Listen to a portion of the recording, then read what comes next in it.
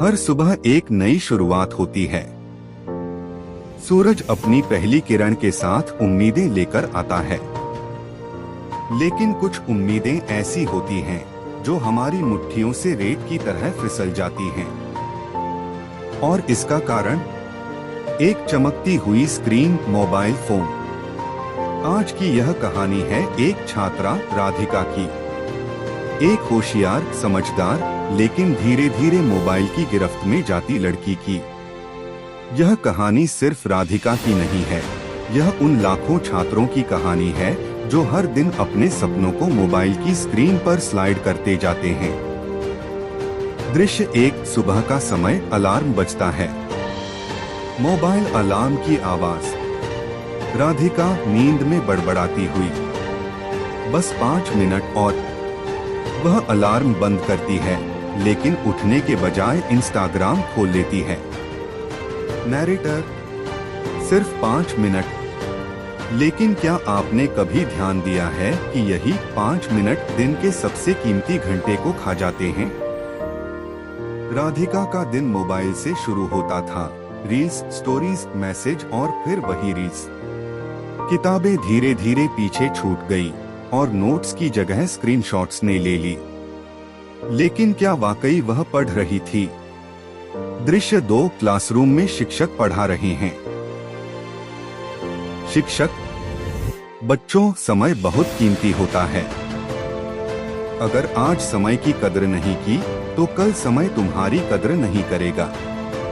Narrator, कितना आसान होता है यह वाक्य कहना, लेकिन कितना कठिन होता है इसे जी पाना। राधिका की नजरें ब्लैक बोर्ड पर नहीं थी, वह अपने मोबाइल में खोई हुई थी। दृश्य 3, परीक्षा का दिन। घंटी बजती है, बच्चे उत्तर लिख रहे हैं। राधिका चिंतित, ओह नो, ये तो पढ़ा ही नहीं, वो चैप्टर तो बस नाम सुना था।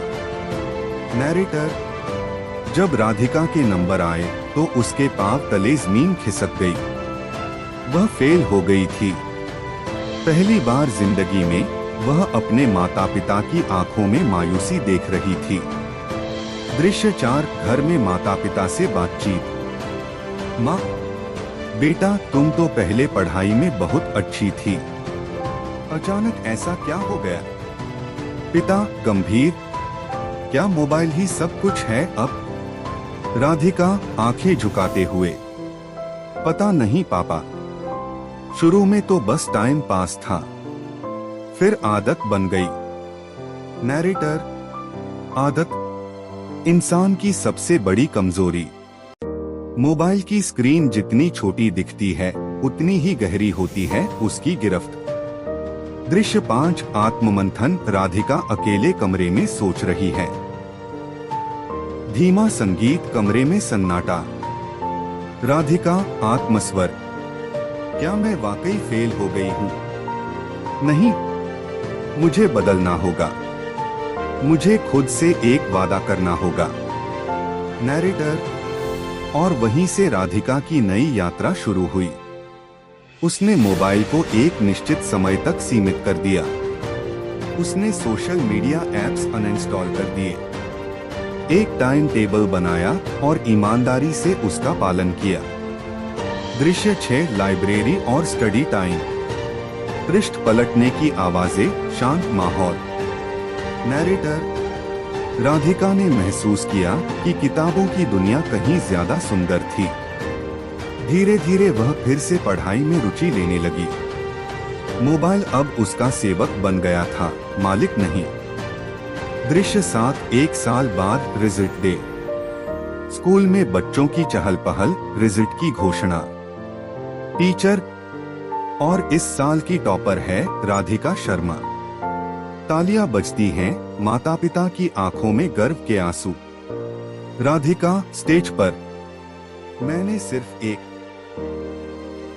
दोस्तों, स्वागत है आपको RN एजुकेशन SNE चैनल में। अगर आप इस चैनल में नई है तो RN एजुकेशन SNE चैनल को सब्सक्राइब कर दो।